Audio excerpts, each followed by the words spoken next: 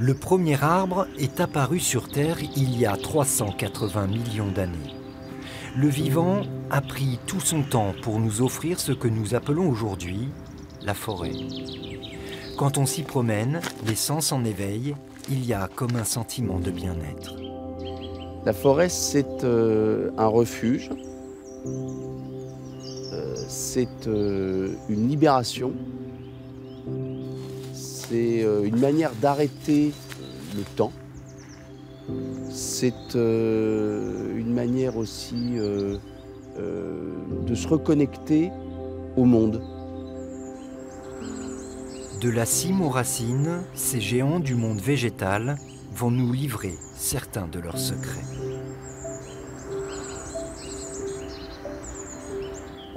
Apprendre et comprendre scientifiquement comment la nature fonctionne, aller au-delà de ce que l'on voit, Pierre est devenu en 6 ans le porte-parole de l'invisible. Si on pouvait avoir la capacité de regarder un arbre avec des yeux différents, on verrait au fond un lac vertical. Le cœur des arbres est mort, ça porte un nom, c'est le duramen. Et la pellicule vivante se situe juste à l'extérieur, à la périphérie. Et c'est dans cette périphérie que le réseau de fluides montants et descendants rend possible la poussée des feuilles. Les arbres sont de véritables usines de traitement de déchets. La transformation du dioxyde de carbone en oxygène en est l'exemple le plus connu. Mais ces cathédrales du vivant ont une capacité encore plus surprenante, car les arbres communiquent entre eux et c'est sous nos pieds que tout se passe. Reliés par leurs racines, les arbres échangent des informations pour aider leur descendance.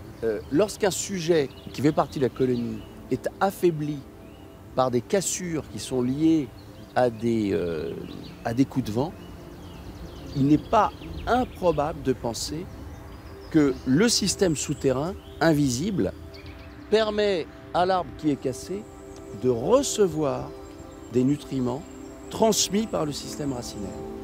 Plus encore, les arbres sont capables d'adaptation. Quand un prédateur mange des feuilles de l'un d'entre eux, celui-ci envoie une impulsion électrique qui se déplace d'1 centimètre par seconde.